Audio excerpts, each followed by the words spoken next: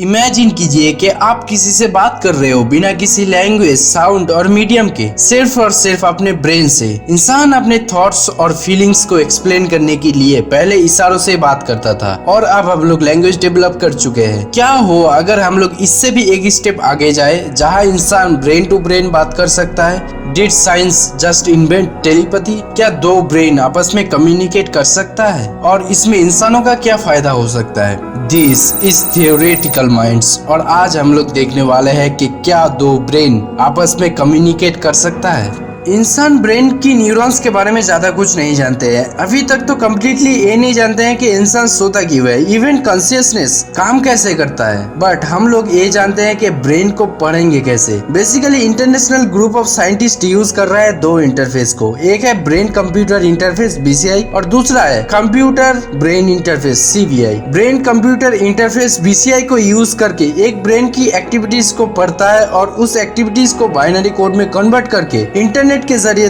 दूसरे तरफ डिकोड करके ब्रेन में सिग्नल्स भेजता है कंप्यूटर ब्रेन इंटरफेस के जरिए, और ऐसे ही कम्युनिकेट होता है। ब्रेन की थॉट्स को पढ़ना ये कोई नया बात नहीं है। हम लोग ब्रेन को पढ़ते आ रहे हैं 1924 से EEG इलेक्ट्रोएन्सेफेलोग्राफी टेक्नोलॉजी के जरिए। लेकिन दोनों कंप्यूटर के लिए सबसे बड़ा चैलेंज है इन सिग्नल्स को एनकोड और डिकोड करने में। अभी की कंप्यूटर तो ज्यादा सिग्नल्स और एक्टिविटीज को समझ नहीं पा रहा है, लेकिन वो छोटे छोटे सिग्नल्स को आसानी से समझ रहा है, जैसे यस और नो। इन्हीं सिग्नल्स को बाइनरी कोड में कन्वर्ट करके इंटरनेट के जरिए दूसरे ब्रेन में भेजा जाता है, जहां लगा होता है TMS, ट्रांसक्रैनियल मैग्नेटिक स्टिमुलेशन। ये टेक्नोलॉजी मैग्नेटिक फील्ड के जरिए ब्रेन की नर्व सेल में स्टिमुलेट करता है सिग्नल्स को, और इसीलिए हम लोग ज्यादा सिग्नल्स को नहीं भेज पा रहे हैं दूसरे ब्रेन में।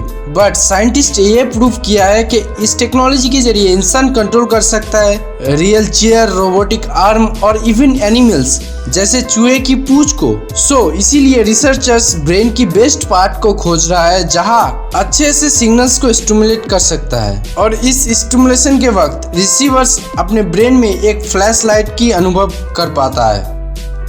लेट्स बी ऑनेस्ट, जिस तरीके से हम लोग कम्युनिकेट करते हैं वो बहुत ज्यादा स्लो है। ऑन एवरेज आपके ब्रेन में 50,000 थॉट्स आता है हर दिन, और 35 थॉट्स हर मिनट में आता है। इसीलिए आप ये सारे थॉट्स को किसी के साथ शेयर नहीं कर सकते हैं। इवन आप इतनी ज्यादा स्पीड से टाइपिंग भी नहीं कर सकते हो। अगर ब्रेन टू ब्रेन कम्युनिकेट पूरी तरीके से पॉसिबल हो जाएगा तो आप समझ ही सकते हो कि इसमें इंसानों का कितना फायदा हो सकता है। पूरी दुनिया में इंटरनेट की तरह ब्रेन नेटवर्क बन जाएगा। आप किसी से भी बात कर सकते हो बिना किसी लैंग्वेज और मीडियम से। आर्मी, एजुकेशन और इमरजेंसी सेक्टर में बहुत ज्यादा हेल्प होगा, और AI की दुनिया में आप कुछ भी कंट्रोल कर सकते हो सिर्फ अपने ब्रेन से। Can you imagine that? But for now हम सब सिर्फ उस फ्लैश लाइट को ही अनुभव कर सकते हैं।